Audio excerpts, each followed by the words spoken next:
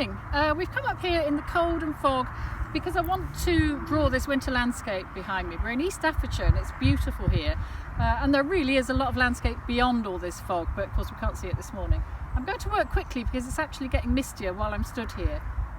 So I've brought up some coloured pencils and a bit of charcoal and a small sketchbook, and I've got a clip on the top just to hold it open so I can draw on both sides. Okay, I'm going to sit down and do this view now. Okay, as I look at this, I can see there's a clump of trees down in this area and another clump over there. They just make large grey masses at the moment, very pale grey because of the mist. So I really just want to hint at those with this charcoal. This is willow charcoal, which is lovely and smudgeable. Everything is pretty grey. There's not so much white here, it's just shades of grey. Incredibly chilly, so I'm going to work really fast. What's happening here tonally is that all the stuff in the distance is very softly toned. It's all very pale values. There's no strong lights and darks as I look at this, and I'm going to adjust the drawing so that it shows that. But when you get into the foreground here, so I'm looking at the tree and I'm looking down to what's in the foreground in relation to that, and there's some big clumps of grass which are much darker. So that helps to create depth. These are large and they're also much more high contrast, much stronger darks and lights than these. And then this path is off to the left of the tree as I look at this. So it starts here and then kind of points towards that tree in the distance, and there's another path that goes up there, so that's less important. So I've got this willow charcoal. I've also got coloured pencils, just a handful of coloured pencils that I brought with me, and I'm going to introduce a little bit of colour in a minute.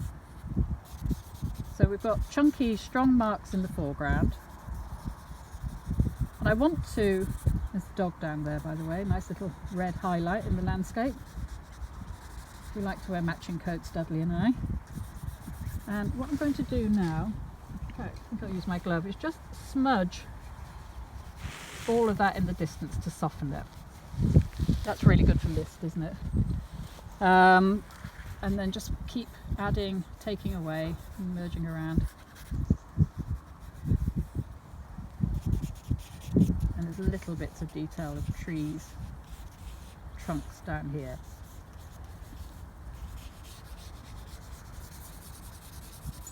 What's lovely about a foggy scene like this is that it kind of edits the view for you. There's no clouds to look at, there's very little detail in the distance at all.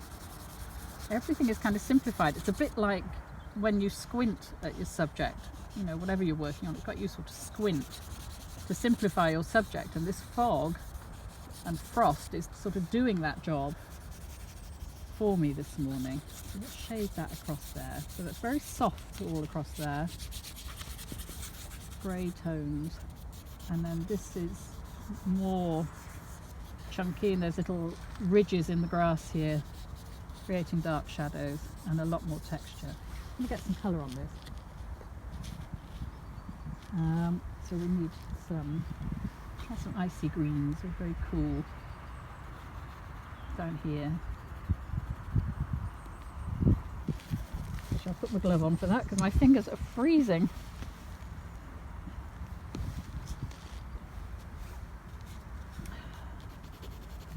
So I'm going for a kind of mixed media, very expressive, but hopefully descriptive study of all this. That line isn't helping, that needs to be, make that more.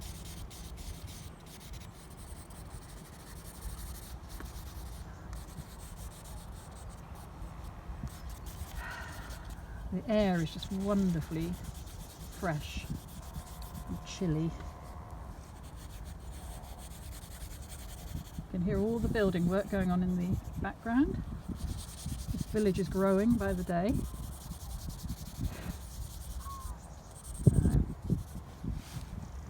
So I'm going to have to press on this. Can you see okay? Got my daughter Daisy helping out which is brilliant.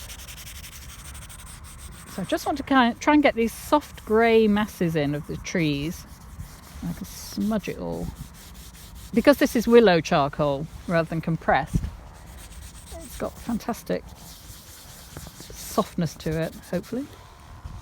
I think maybe because it's slightly damp in the air, it's sticking a little bit, but never mind. Okay. And then in the foreground, we've got sort of things sticking up here into that dark. I do that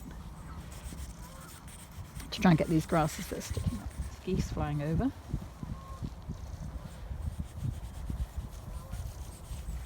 So we're in the National Forest here in East Staffordshire. So all these trees were planted 20 years ago for the millennium. So that's why they're all the same height. And we're very, very lucky to have all this near our house.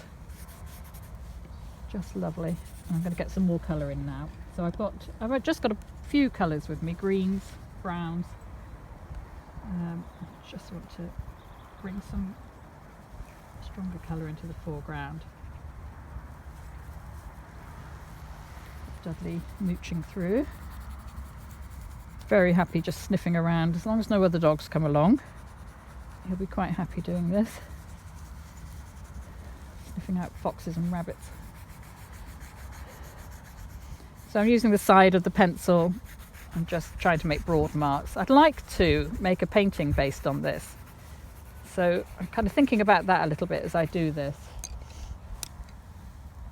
You know, quite how I would translate this into paint. So obviously this, tonally, this would be you know, quite light tonal values in the paint, and very little distinction between the landscape and the sky. It's all kind of blending together.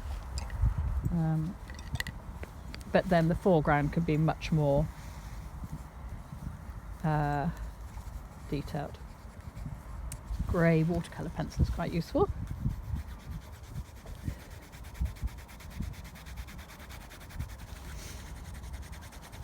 Doing a mixed media drawing always gives you all sorts of surprising effects. You put things together.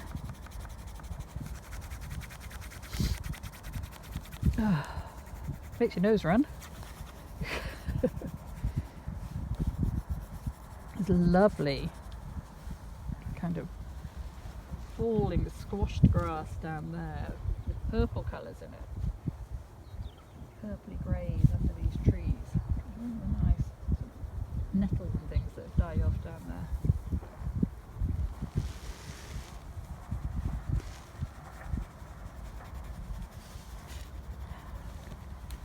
And then get this in over here too. If there was sunlight, I'd be looking at the shapes created by the sun on the trees, because that helps to give them form. But really this is just areas of soft, muted greys and browns. Very little to give much depth. And there's all these sort of dry plants, grasses and weeds here, giving texture, and the sort of rows, it's like swathes of dark growth there. And that little tree up on the horizon there. Shade that a little bit. A bit strong, not just, there we are, it's better. The gloves will wash, it doesn't matter too much about using the glove to smudge. It's quite useful actually. And then these trees need to be a bit bigger so I can build those up a bit. So as I go on, the drawing is becoming more and more interesting, more and more textured. There's more variety of mark here that adds visual interest to it all. Give your eyes something to get into when you're looking at it. I'm going to put some colours into here. There's sort of a brown, but I've got this lovely olive green which is quite nice, and I'll put some brown on top of that. And I'll put some of this down here too. We need to get some strength down this side in the foreground.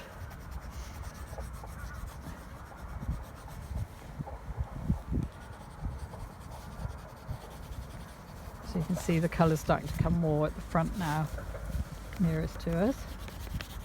Get some down here.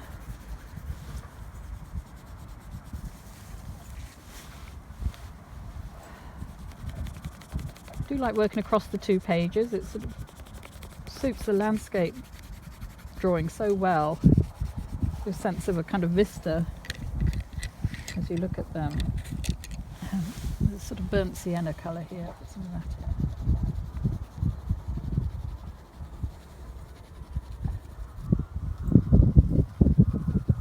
No colour over there's a little bit in these grasses.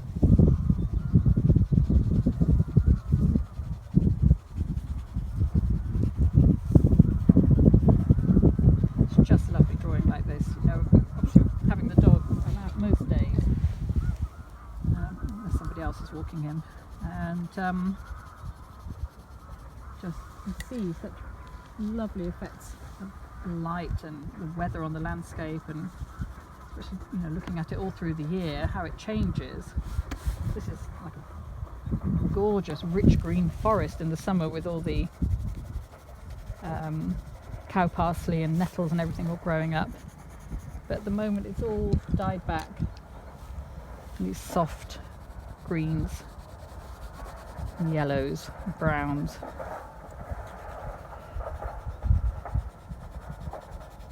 So just building in colour, layering it up. These are watercolour pencils, so if I wanted to I could wet them, but I don't think I'll do that because I quite like the texture of these marks. They're good for grass.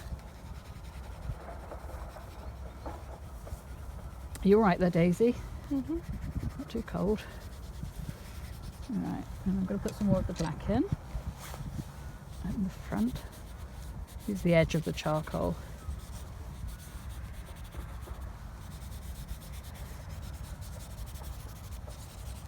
It's kind of interesting how that's working. It's sort of sliding off the pencil slightly, but that's quite interesting too.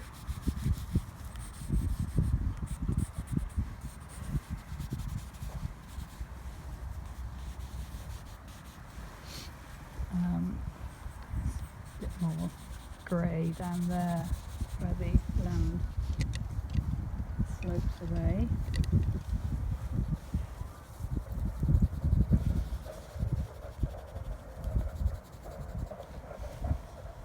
Just get that part in a bit more.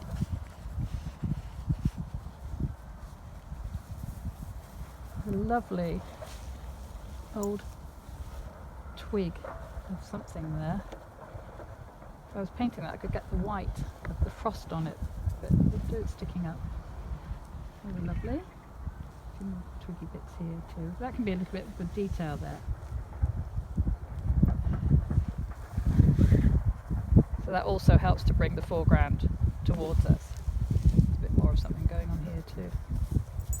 It's quite nice to hold the pencils loosely from the top too, to get broader marks, bigger marks. If you hold the pencil down like that, you tend to get very small marks. It's quite nice to mix it up and try different grips to get different effects.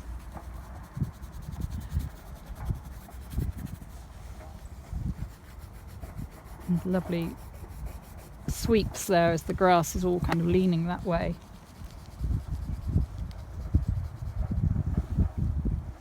A bit more green. Nearly done. A bit more green down here.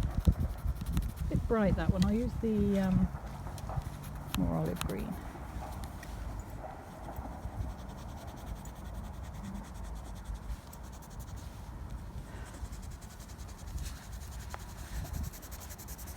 I've also taken photos of the view, so I can also look back. If I do want to paint this, I can look back at the photographs as a prompt as well, because it does give you a feel for the atmosphere where you were.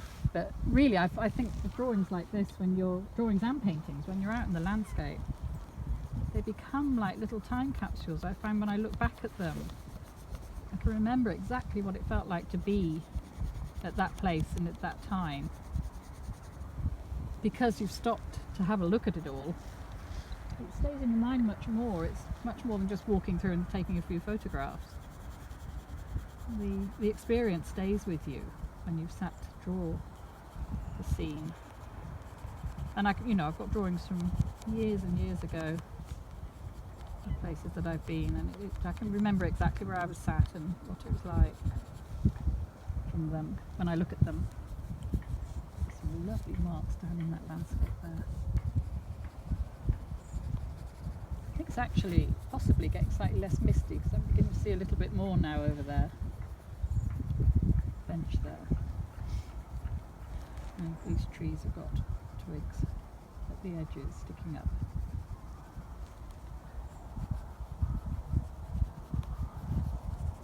We'll put some more of the,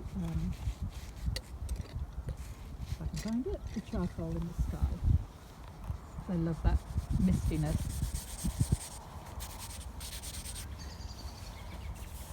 And just smudge it with my woolly finger to make it blend in. You've got to be fairly firm, but it does blend.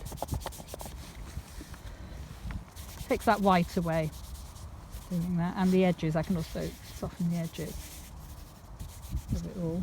Just take that up a little bit more there. Pencil's good for the kind of fine twigs on these trees.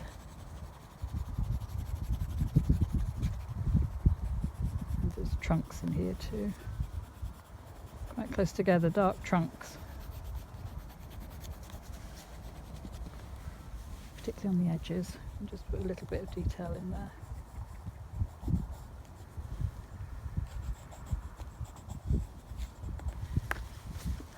And a bit more shadow under them.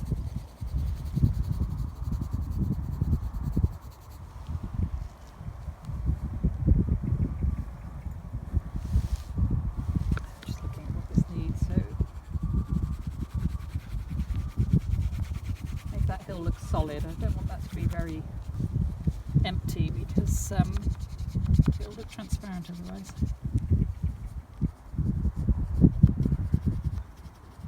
It's hard drawing across the join, but you can get the idea.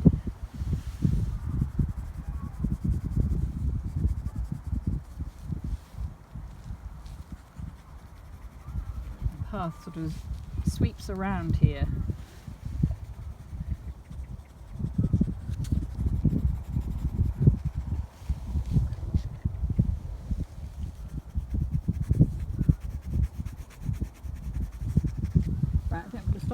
Because it's now really quite chilly, and I think I've got the gist of it, and I've caught these colours and textures in the foreground and created some depth in there, I think. Okay, thanks Daisy. Okay, so I am quite cold now. I've gone numb from about here down, but that's okay because it's all for art. The sun's now coming out over there. If you'd like to just show that view in the distance there, Daisy. Looks absolutely wonderful. So there's lots more here that I could paint and draw, but I'm going to go home and get warm now. I hope you enjoyed my demonstration, and I really hope that you'll get out and have a go at doing this because it's so satisfying and you end up with beautiful sketchbooks full of drawings. Okay, thanks. Bye.